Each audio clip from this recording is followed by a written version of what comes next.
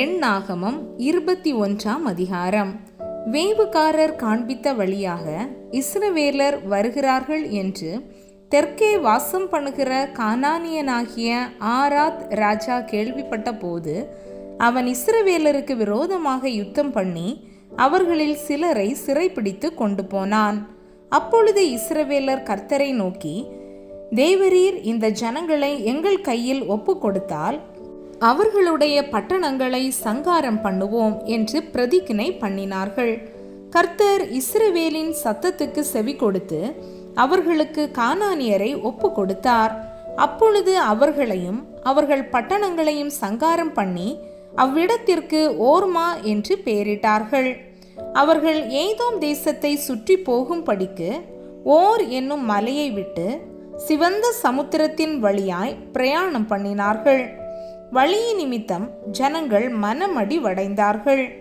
ஜனங்கள் தேவனுக்கும் மோசேக்கும் விரோதமாக பேசி, நாங்கள் வனாந்தரத்திலே சாகும்படி நீங்கள் எங்களை எகிப்து தேசத்திலிருந்து வர பண்ணினதென்ன? இங்கே அப்பமும் இல்லை, தண்ணீரும் இல்லை. இந்த அற்பமான உணவு எங்கள் மனதுக்கு வெறுப்பாயிருக்கிறது என்றார்கள். அப்பொழுது கர்த்தர் கொள்ளிவாய் சர்ப்பங்களை ஜனங்களுக்குள்ளே அனுப்பினார். அவைகள் ஜனங்களை கடித்ததினால் இஸ்ரவேலருக்குள்ளே அநேக ஜனங்கள் செத்தார்கள். அதனால் ஜனங்கள் மோசேயினிடத்தில் போய், நாங்கள் கர்த்தருக்கும் உமக்கும் விரோதமாய் பேசினதினால் பாவம் செய்தோம். சர்ப்பங்கள் எங்களை விட்டு நீங்கும்படி கர்த்தரை நோக்கி விண்ணப்பம் பண்ண வேண்டும் என்றார்கள். மோசே ஜனங்களுக்காக விண்ணப்பம் பண்ணினான். அப்பொழுது கர்த்தர் மோசேயை நோக்கி, நீ ஒரு கொள்ளிவாய் சர்ப்பத்தின் உருவத்தை செய்து அதை ஒரு கம்பத்தின் மேல் தூக்கிவை. கடிக்கப்பட்டவன் எவனோ அவன் அதை நோக்கி பார்த்தால் பிழைப்பான் என்றார். அப்படியே மோசே ஒரு வெண்கல சர்ப்பத்தை உண்டாக்கி அதை ஒரு கம்பத்தின் மேல் தூக்கி வைத்தான். சர்ப்பம் ஒருவனை கடித்தபோது அவன் அந்த வெண்கல சர்ப்பத்தை நோக்கி பார்த்து பிழைத்தான். இஸ்ரவேல் புத்திரர் பிரயாணப்பட்டு போய் ஓபோத்தில் பாளையம் இறங்கினார்கள். ஓபோத்தில் இருந்து பிரயாணம் பண்ணி சூரியோதயத்திற்கு நேராய் மோவாபுக்கு எதிரான வனாந்தரத்தில் உள்ள அபாரீமின் மேடுகளில் பாளையம் இறங்கினார்கள். அங்கே இருந்து பிரயாணப்பட்டு போய் சாரேத் பள்ளத்தாக்கிலே பாளையம் இறங்கினார்கள். அங்கே இருந்து பிரயாணப்பட்டு போய் எமோரியரின் எல்லையிலிருந்து வருகிறதும் வனாந்தரத்தில் ஓடுகிறதுமான அர்னோன் ஆற்றுக்கு இப்புறம் பாளையம் இறங்கினார்கள். அந்த அர்னோன் மோவாபுக்கும் எமோரியருக்கும் நடுவே இருக்கிற மோவாபின் எல்லை. அதனால் சூப்பாவில் உள்ள வாகேபும் அர்னோனின் ஆற்றுக்கால்களும் ஆர் என்னும் ஸ்தலத்துக்கு பாயும் நீரோடையும் மோவாபின் எல்லையை சார்ந்திருக்கிறது என்னும் வசனம் கர்த்தருடைய யுத்த புஸ்தகத்தில் எழுதியிருக்கிறது. அங்கே இருந்து பேயேருக்கு போனார்கள். ஜனங்களை கூடி வர செய், அவர்களுக்கு தண்ணீர் கொடுப்பேன் என்று கர்த்தர் மோசேக்கு சொன்ன ஊற்று இருக்கிற இடம் அதுதான். அப்பொழுது இஸ்ரவேலர் பாடின பாட்டாவது, ஊற்று தண்ணீரே பொங்கி வா, அதை குறித்து பாடுவோம் வாருங்கள். நியாய பிரமாணிகனின் ஏவுதலால் அதிபதிகள் கிணற்றை தோண்டினார்கள். ஜனத்தின் மேன்மக்கள் தங்கள் தண்டாயுதங்களை கொண்டு தோண்டினார்கள் என்று பாடினார்கள். அந்த வனாந்தரத்தில் இருந்து மாத்தனாவுக்கும் மாத்தனாவில் இருந்து நகோலியேலுக்கும் நகோலியேலில் இருந்து பாமோத்துக்கும் பள்ளத்தாக்கில் உள்ள மோவாபின் வெளியில் இருக்கிற பாமோத்திலிருந்து எஷிமோனை நோக்கும் பிஸ்காவின் உச்சிக்கும் போனார்கள். அப்பொழுது இஸ்ரவேலர் எமோரியரின் ராஜாவாகிய சீகோனிடத்தில் ஸ்தானாபதிகளை அனுப்பி, உமது தேசத்தின் வழியாய் கடந்து போகும்படி உத்தரவு கொடுக்க வேண்டும்.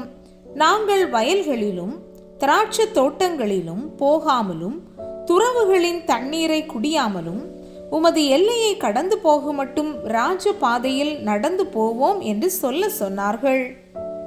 சீகோன் தன் எல்லை வழியாய் கடந்து போக இஸ்ரவேலுக்கு உத்தரவு கொடாமல் தன் ஜனங்கள் எல்லாரையும் கூட்டிக் கொண்டு இஸ்ரவேலருக்கு விரோதமாக வனாந்தரத்திலே புறப்பட்டு யாகாசுக்கு வந்து இஸ்ரவேலரோட யுத்தம் பண்ணினான்.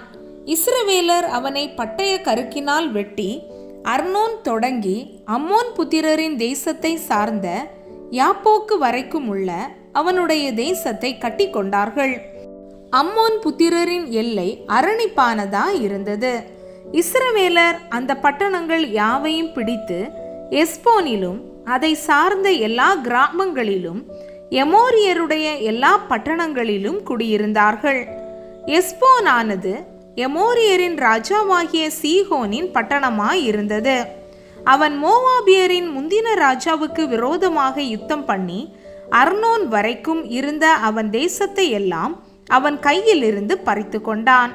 அதனாலே கவி கட்டுகிறவர்கள் எஸ்போனுக்கு வாருங்கள், சீகோனின் பட்டணம் ஸ்திரமாய் கட்டப்படுவதாக. எஸ்போனில் இருந்து அக்கினியும் சீகோனுடைய பட்டணத்தில் இருந்து ஜுவாலையும் புறப்பட்டு மோவாபுடைய ஆர் என்னும் ஊரையும் அர்னோனுடைய மேடுகளில் உள்ள ஆண்டவமார்களையும் பட்சித்தது. ஐயோ மோவாபே, கோமேஷ் தேவனின் ஜனமே, நீ நாசமானாய். தப்பி ஓடின தன் குமாரரையும் தன் குமாரத்திகளையும் எமோரியரின் ராஜாவாகிய சீகோனுக்கு சிறைகளாக ஒப்பு கொடுத்தான். அவர்களை எய்து போட்டோம்.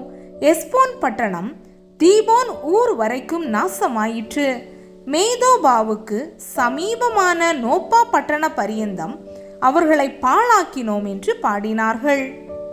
இஸ்ரவேலர் இப்படியே எமோரியரின் தேசத்திலே குடியிருந்தார்கள். பின்பு மோசே யாசேர் பட்டணத்துக்கு வேவு பார்க்கிறவர்களை அனுப்பினான். அவர்கள் அதை சேர்ந்த கிராமங்களை கட்டிக்கொண்டு அங்கே இருந்த எமோரியரை துரத்தி விட்டார்கள். பின்பு பாசானுக்கு போகிற வழியாய் திரும்பி விட்டார்கள். அப்பொழுது பாசான் ராஜாவாகிய ஓக் என்பவன் தன் சமஸ்த ஜனங்களோடும் அவர்களை எதிர்த்து யுத்தம் பண்ணும்படிக்கு எத்ரேயுக்கு புறப்பட்டு வந்தான். கர்த்தர் மோசேயை நோக்கி, அவனுக்கு பயப்பட வேண்டாம், அவனையும் அவன் ஜனங்கள் எல்லாரையும் அவன் தேசத்தையும் உன் கையில் ஒப்பு கொடுத்தேன். எஸ்போனிலே வாசமாயிருந்த எமோரியரின் ராஜாவாகிய சீகோனுக்கு நீ செய்தபடியே இவனுக்கும் செய்வாய் என்றார். அப்படியே ஒருவரும் உயிருடன் மீதியாயிராதபடிக்கு அவனையும் அவன் குமாரரையும் அவனுடைய சகல ஜனங்களையும் வெட்டி போட்டு அவன் தேசத்தை கட்டி கொண்டார்கள்.